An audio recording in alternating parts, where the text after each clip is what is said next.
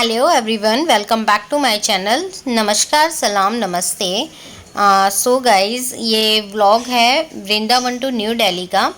तो ये इस व्लॉग में मैं आपको सारी डिटेल दूंगी कि by own car, petrol car, आप न्यू दिल्ली टू वृंदावन का कितना बजट लग जाता है अप्रॉक्सीमेटली। तो वो सब मैं आपको बताऊंगी। अगर आप खुद अपनी गाड़ी से आना चाहते हैं और आपकी पेट्रोल पे है गाड़ी, तो आपको कितना लग जाएगा बजट, वो मैं बताती हूँ। और ये जो मैं बजट आपको बताऊंगी ये बिल्कुल एवरेज बजट होगा। एवरेज मीन्स बिल्कुल मीडियम, ऐसे कोई हाई फाई बजट नहीं बताऊंगी। तो वही चीज़ मैं आपके साथ डिस्कस करूंगी इस व्लॉग में। तो आप लोग भी वृंदावन आ सकते हैं बाय ओन कार। और बस वगैरह का मुझे इतना पता नहीं है, तो जिस तरह से मैं आई हूँ मैं उस चीज़ को आपको बता देती हूँ। तो बस थोड़ी ही देर में यमुना एक्सप्रेस वे स्टार्ट हो जाएगा और यमुना एक्सप्रेस वे से नोएडा तक के 2 घंटे लगते हैं। 2 घंटे में वो नोएडा पहुंचा देता है। तो यमुना एक्सप्रेस वे अब स्टार्ट हो गया है गाइस, ये स्टार्ट हो गया यमुना एक्सप्रेस वे। सो इसके बाद हमने यहाँ से भी पेट्रोल फिलिंग कराया था बीच में रास्ते से। किसी ने मुझसे किसी मेरे सब्सक्राइबर ने मुझसे बोला था कि आप ये जो पेट्रोल वाला है ये थोड़ा सा क्लियरली हमें बताइए कि पेट्रोल का ये क्या है। तो मैं आपको पेट्रोल का ये बता दूं कि मैं आपसे लास्ट टू लास्ट व्लॉग में ये बोल रही थी कि अगर आप पेट्रोल भरवाएं तो फिगर ऐसे रखें कि जैसे आपको 500 का भरवाना है तो 490, या 1000 का भरवाना है तो 990, और अगर 2000 का बनवाना है तो 1890 या 1990 या 1999, इस टाइप की फिगर रखें।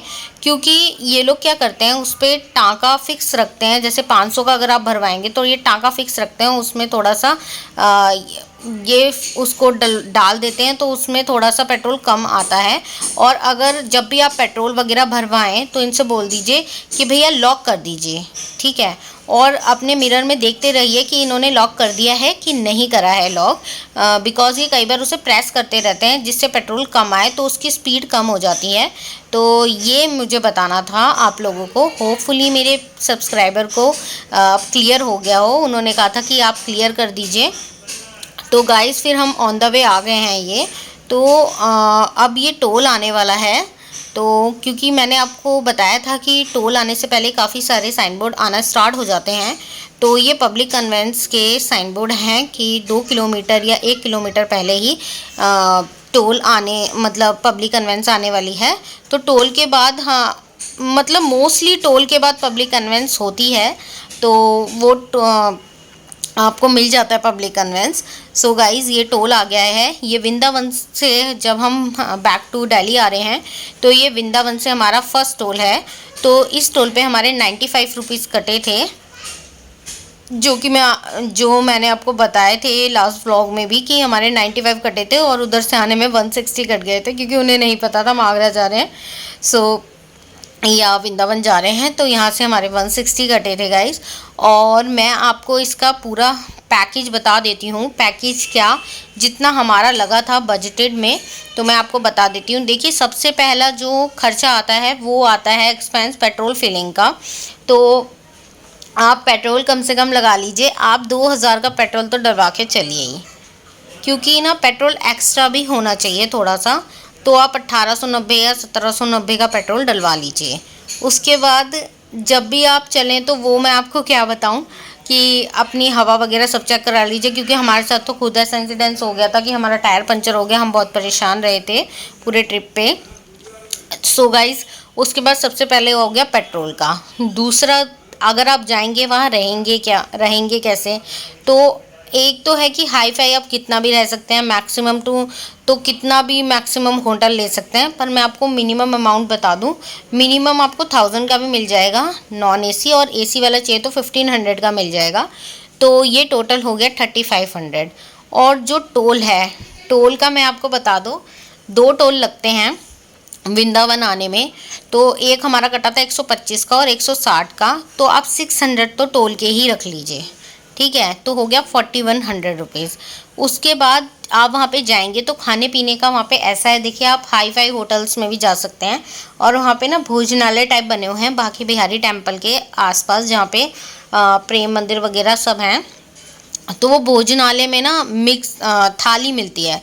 तो एक तो थाली है वो तो आई थिंक उसका रेट तो काफ़ी कम था, पता नहीं 120 समथिंग। तो उसमें आपको आलू मटर और आई थिंक दाल या आलू मटर और एक सब्जी, चावल, पापड़, सलाद और 4 रोटी मिलेगी और रायता। ठीक है। और दूसरी होती है थाली जिसका रेट 200 190 ये होता है। तो मैं आपको टू मतलब कपल्स का बता रही हूँ, अगर आप 2 लोग जाते हैं तो उसका बता रही हूँ, आप आगे कर लीजिए, मतलब खाना ऐड कर लीजिएगा और होटल का रूम का रेंट ऐड कर लीजिएगा, जो मैं अपना बता रही हूँ। तो आप एक अगर थाली लेंगे तो एक में आप 2 खा सकते हैं, 2 लोग खा सकते हैं। अब ये देखिए दूसरा टोल आ गया है हमारा, आई थिंक दूसरा ही टोल है ये। तो ये दूसरा टोल है, यहाँ पे हमारे 125 रुपीज़ कटे थे। सो गाइज मैं कहाँ थी, सॉरी। तो मैं बता रही थी कि आप एक थाली में से 2 लोग खा सकते हैं, क्योंकि 4 रोटी राइस काफ़ी होता है। तो आप एक थाली लीजिए 200 की। तो आप पहुँचे रात को तो आपने वहाँ ली, और मॉर्निंग में अगर ब्रेकफास्ट करेंगे तो आप ये लगा लीजिए 700-800 रुपये उसके लगा लीजिए। तो टोटल बजट आपका 5000 समथिंग रहेगा, अगर आपने प्रसाद वगैरह भी इसमें ऐड कर लिया तो। और देखिए एक्स्ट्रा तो आप कुछ भी कर सकते हैं, अगर आप कुछ खरीद वगैरह रहे हैं तो मैंने उसका नहीं लगाया। तो 5000 में आप अपनी गाड़ी से घूमकर एक दिन स्टे करके, अगर आप स्टे नहीं करते हैं तो खाली आपका पेट्रोल का लगेगा, और बाकी जो भी आपने 500 मतलब आप 2500 में 3000 में घूम कर आ जाएंगे। बट अगर आपने स्टे कर लिया तो देखिए खाने का भी बढ़ जाएगा, 2 दिन खाने का बढ़ गया है ना, तो वही है।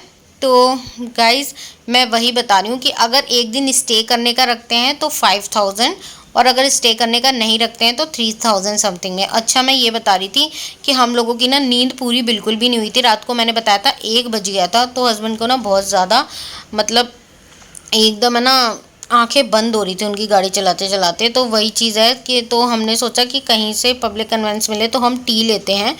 तो हमने चाय ली थी वहाँ से, तो चाय काफ़ी अच्छी थी। तो चाय के रेट्स थे यहाँ पे पब्लिक कन्वेंस पे 25 रुपीज़ थे। तो वही मैं पी रही हूँ, तो बहुत अच्छी चाय थी, अदरक वाली, मज़ा आ गया था। और फिर हमने ना लड्डू के लिए भी चाय ही ली थी कि लड्डू को भी चाय दे देते हैं। तो वैसे मैं चाय उन्हें देती नहीं हूँ, बहुत कम देती हूँ, मैं दूध ही देती हूँ। पहले हमने ना आइसक्रीम वाला था नहीं, हाँ आइसक्रीम वाले पे गए थे हम लड्डू के लिए, तो आइसक्रीम वाला था नहीं वहाँ पे, वो ऐसे ही लोग खड़े हुए थे वहाँ पे, पर आइसक्रीम वाला था नहीं। तो फिर हमने सोचा कि लड्डू के लिए भी चाय ले लेते हैं, क्योंकि हस्बैंड का एक चाय में हुआ नहीं था। तो मैंने कहा लड्डू के लिए चाय ले लेते हैं, और फिर वो भोग स्वरूप तो हम लोग उसे लेते ही हैं। फिर हम ये दूसरे आइसक्रीम वाले पे भी गए थे, बट वहाँ भी हमें जमा नहीं। सो गाइस हमने फिर क्या करा था, हमने चाय ही ले ली थी, क्योंकि हमें कुछ वनीला हम ज़्यादा प्रेफर करते हैं लड्डू के लिए। चॉकलेट वगैरह में रहता है ना, पता नहीं कौन सा क्या डाल रखा है, तो हम ना वनीला प्रेफर करते हैं। वैसे तो वनीला में भी डलता है vanilla essence, but so guys हमें नींद आ रही थी बहुत तेज़, तो हमने अभी चाय ली है यहाँ। तो अभी चाय पी के अब देखते हैं थोड़ी सुस्ती दूर होए, क्योंकि अभी दिल्ली थोड़ा दूर है। सो गाइज़ मैंने आपको इसका बजट बता दिया है कि 5000 आपका बजट लगेगा ही लगेगा, अगर आप स्टे करते हैं। और स्टे नहीं करते हैं तो आप आराम से 2500 में घूम कर आ सकते हैं। बट अगर आप थोड़ी सी कंजूसी से चलें तो, वरना तो 3000 लग जाएंगे। एंड अच्छा मैं ये बता रही थी कि ना आज थी राधा अष्टमी, तो आज हमें कुछ ज़्यादा ही वो हो रहा था, क्योंकि रात को नींद भी पूरी नहीं हुई थी और हमने कुछ लिया भी नहीं था। मॉर्निंग में खाली लस्सी पी थी हमने, ठीक है। तो राधा अष्टमी थी तो हमें बहुत ज़्यादा मतलब लेज़ीनेस हो रही थी, तो इसीलिए हमने चाय वगैरह ली, हमने कुछ खाया नहीं था। तो हमारा भी इतना बजट लग ही गया था, इतना ही, क्योंकि हमने रात को ही लिया था डिनर।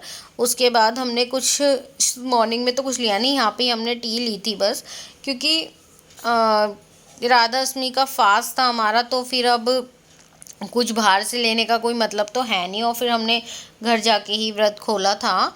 तो गाइज़ मैं यही बताना चाह रही हूँ आपको। और अब ये नोएडा आने वाला है, सो नोएडा भी आने वाला आई थिंक। तो वही चीज़ मैं आपको आपके साथ डिस्कस कर रही हूँ। और हाँ जी, मैं ये भी बता रही हूँ कि ना मैंने लास्ट ये देखिए आ गया ना, धन्यवाद पुनः आगमन प्रार्थनीय है। सो गाइज अब नोएडा आ गया है, तो एक मिनट मैं दिखाती हूँ आपको। आई थिंक वो वाला मैंने कैप्चर किया था व्यू। एंड हाँ, तो मैं यही बता रही थी कि अगर आप यहाँ पर आते हैं वृंदावन बाय ओन कार, तो मैंने उसका बजट बताया। मुझे बसेस का नहीं पता, ट्रेन से नहीं पता, तो उसका मैं आपको नहीं बता सकती, सॉरी। बट जिससे मैं आई हूँ, जिसके थ्रू मैं आती हूँ, वो मैंने आप लोगों को बता दिया है। और आप लोगों ने भी राधा अष्टमी का फास्ट रखा था क्या? तो पहले ना राधा अष्टमी का फास्ट मैं भी नहीं रखती थी, बट एक बार ऐसे ही ना मैं लड्डू गोपाल जी की छठी का वीडियो देख रही थी, तो नीचे ये आ गया ग्रेटर नोएडा। हाँ, तो उसमें ना आया कि मतलब कि राधा अष्टमी नीचे शो हो रहा था, तो मैंने उसका भी खोल लिया वीडियो। तो उसमें आया था राधा अष्टमी का फास्ट आपको ज़रूर रखना चाहिए, क्योंकि जन्माष्टमी के व्रत का फल तभी मिलता है जब राधा अष्टमी का फास्ट रखा जाए। तो उसी चीज़ के लिए, क्योंकि राधा जी से तो भगवान जी सबसे ज़्यादा प्रेम करते हैं, और उनके होने पे तो भगवान जी बहुत ज़्यादा खुश हुए थे। तो अब हम नोएडा में भी हो गया हमारा कवर, आई थिंक नोएडा। सो वही है, देखिए इसका ना नोएडा की जब एंट्री होती है ना, बहुत अच्छा लगता है। देखिए कितना सुंदर बना हुआ है ना, मेरे को बहुत अच्छा लगता है ये ऐसे करके नोएडा।